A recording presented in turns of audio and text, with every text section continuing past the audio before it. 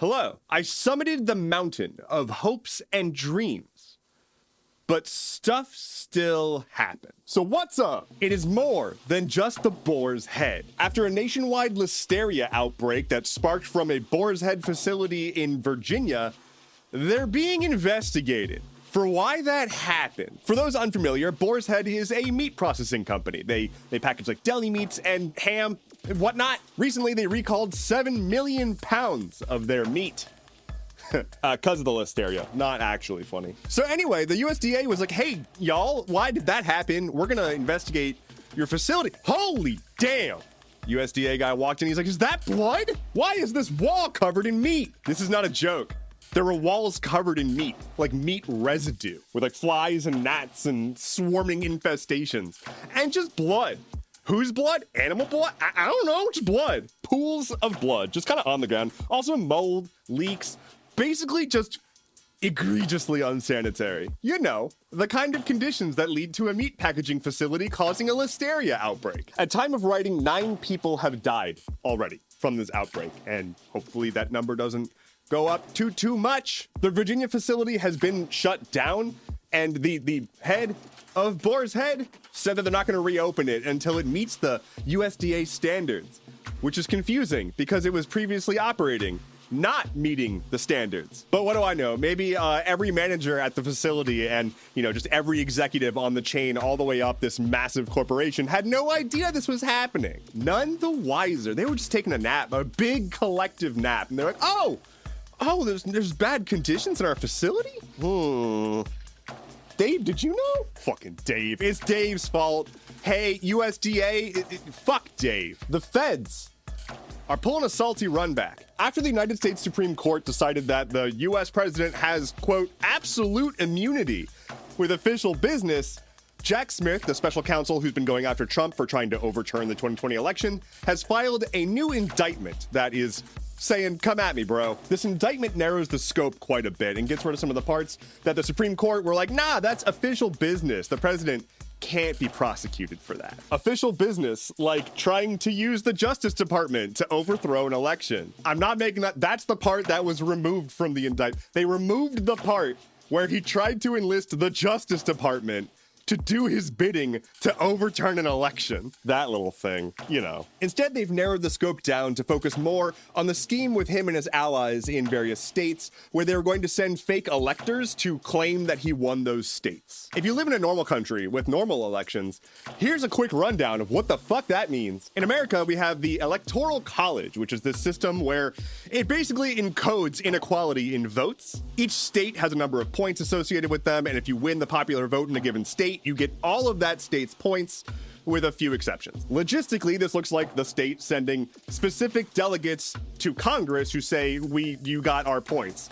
And Trump was trying to come up with his own delegates to be like, nah, it's our points, not their points. Now, ostensibly, the Electoral College is supposed to help elections remain fair for each individual state in the union, but in reality, it just means that someone from like Idaho has 3 times the votes of somebody from California. Because we gotta make sure that we don't have tyranny of the majority when that majority is 80% and the minority is the one that's been in control of the country like this whole time. Cough, cough, Kentucky's senator is basically the one responsible for virtually every negative thing in our country since I was born. I don't live in Kentucky. Weird. Anyway, is this new indictment going to do anything at all? Probably not. Trump has already been found guilty of 34 felonies, and that didn't really do anything. Like, yeah, he's gonna get sentenced, but he's not going to jail, y'all. And he's already voted. Like, yay, privilege. All that his felony convictions like really did was just make his base angrier. I don't think this is gonna do anything. Is it an injustice? Yes. Is it a thing that we should probably just move on from and let the man die? Also, yes. Like, to be clear, I avoid talking about Trump. I avoid covering the things that he's doing because it's been a decade of this. The man is closer to death than he is reality, and it's just not worth it most of the time to keep you up to date on what he's up to. But in this case, it is the Fed going after him again, despite the absurd partisan Supreme Court ruling stating that the US president has absolute immunity, therefore is above the law. Wild. What? All right. Let's talk about Dungeons and Dragons. Disclaimer. I am building a tabletop role-playing game, and so me dunking on Dungeons and Dragons is kind of self-serving. Wizards of the Coast, who makes Dungeons and Dragons, is a subsidiary of Hasbro. Hasbro is a large company, and they want money, and they haven't been doing a good job of being sneaky about it. Here's the thing about people who play D&D. They are inquisitive, and they do a lot of mental math. And so when Wizards was like, hey, we've got a new rule book, and it costs money, and you're also more rule books, and those are gonna cost money too.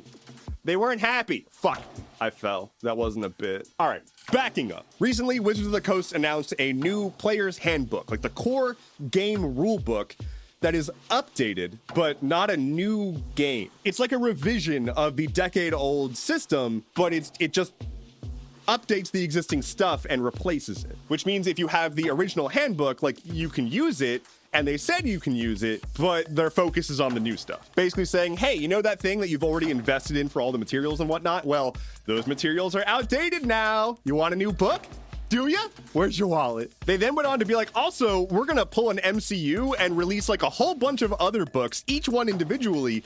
Each one's gonna cost you. So if you want to stay up to date on playing the game that you've already invested like a decade into, you best pay up, bud. And they're not doing a whole lot to win back good graces. For example, on their own companion app, they're making it so that the older versions of stuff, gone. Like, you can access them and read about them, but you can't use them in your character sheet. So it's very much like you're a second-class citizen now. Buy our book again. It's the equivalent of a game releasing a DLC, but actually releasing like 8 DLCs. And you gotta buy each one if you wanna actually stay competitive in the game. And they're like, no, everybody can play. You don't have to get the DLC. But we know with that. So people aren't super happy. There's a lot of goodwill that players give towards D&D. It's this massive media empire at this point. And it seems like at every turn, Wizards is just trying to squeeze as much money as they can. That's because they are. Because they're a company. That's what they do. If you like D&D, keep playing D&D. That's fine. I would just recommend that you also look into other systems. There's a whole lot of systems that focus on more granular niches, and there's also a lot of free ones out there. Maybe take a look at the TTRPG section on itch.io. You're welcome. Hey, you who can hear or see me, I have a surprise for you. Maybe. If you didn't know about it, it's a surprise. If you're not aware, I have a section on my website that is dedicated to a collection of guides that I've written to help people get started with content creation. It's called Creator Resources, and you can find it if you head to my website, endeavorance.camp, and you scroll down to the bottom, there's a button, a big old button. It says Creator Resources. There's information on my equipment, my process, how I go about doing things, and it's all free. It's right there. I try to write them to be clear and concise and respectful of your intelligence and time.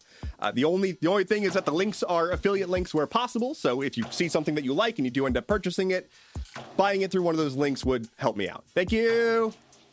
Lightning round. Australia is the latest country to enact a right to disconnect law. So workers in Australia now have legal protections against bosses retaliating against them for not checking their email at night outside of working hours. Officials in Texas are concerned about economic downturn because there's been an uptick in sausage purchases. Apparently, since sausage is cheaper, increase in sausage desire is associated with economic downturn. Increase in sausage desire. Ha! Surprising absolutely nobody, there was an outbreak of COVID-19 at the DNC. After being arrested in France, the CEO of messaging app Telegram is being charged with being involved in distribution of child pornography and money laundering scheme. Turns out you can kind of just peel a Cybertruck window open. A dude posted a video online of a burglar going up to his car, trying to break the window, and it just shatters, but not breaking.